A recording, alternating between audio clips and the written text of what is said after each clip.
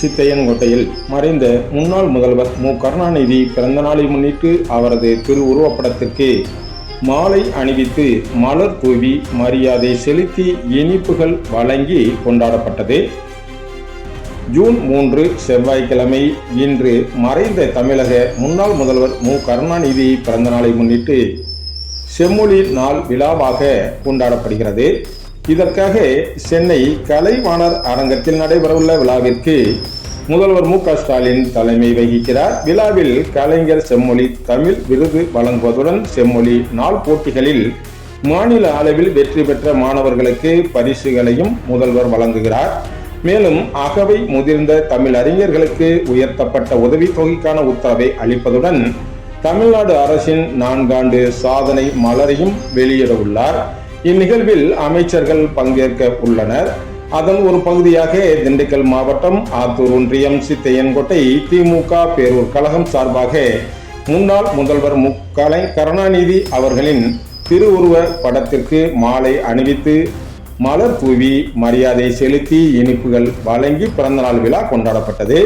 சித்தையன்கோட்டை பேரூர் கழக நகர செயலாளர் சக்திவேல் தலைமையில் நடைபெற்ற பிறந்தநாள் விழா நிகழ்ச்சியில் மாவட்ட சிறுபான்மையினர் இன அணி அமைப்பாளர் ரபீக் மெய்தீன், பேரூராட்சி தலைவர் போதுமுன்னு முரளி, துணைத் தலைவர் ஜாகிர் உஷேன், மாவட்ட பிரதிநிதிகள் சவுந்தரபாண்டியன், கோபால், பேரூர் கழக துணை செயலாளர் ஜான், முன்னாள் செயலாளர் பஷீர் அகமது, ஒன்றிய இளைஞரணி துணை அமைப்பாளர் முகமது ரபீக், கலை இலக்கிய அணி அமைப்பாளர் சுரேஷ், காங்கிரஸ் கட்சி நகர தலைவர் பரீத்கான், வார்டு கவுன்சிலர்கள் தங்கபாண்டியன், தியாகு மற்றும் சித்ரா, சிறுபான்மையினர் அணி முன்னாள் மாவட்ட பொறுப்பாளர் செல்லமரைக்காயர், வார்டு செயலாளர்கள் குமரேசன், மனோகரன், விவசாய அணி அமைப்பாளர் முருகன் மற்றும் ரஹமத்துல்லா, சேடபட்டி முத்து, நாராயணன், மனோகரன், அப்பாஸ், சவுடீஸ்வரன், மயில் வாகனம் உட்பட கட்சி நிர்வாகிகள், தொண்டர்கள், பொதுமக்கள் ஏராளமானோர் கலந்து கொண்டனர்.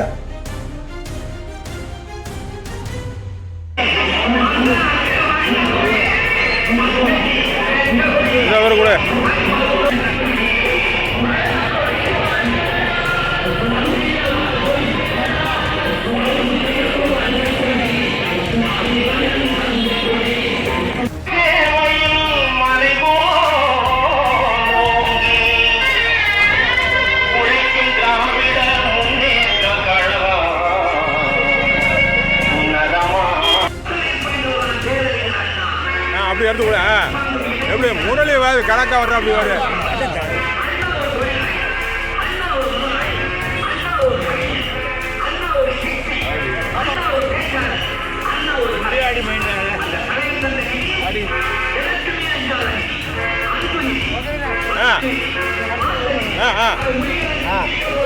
கூட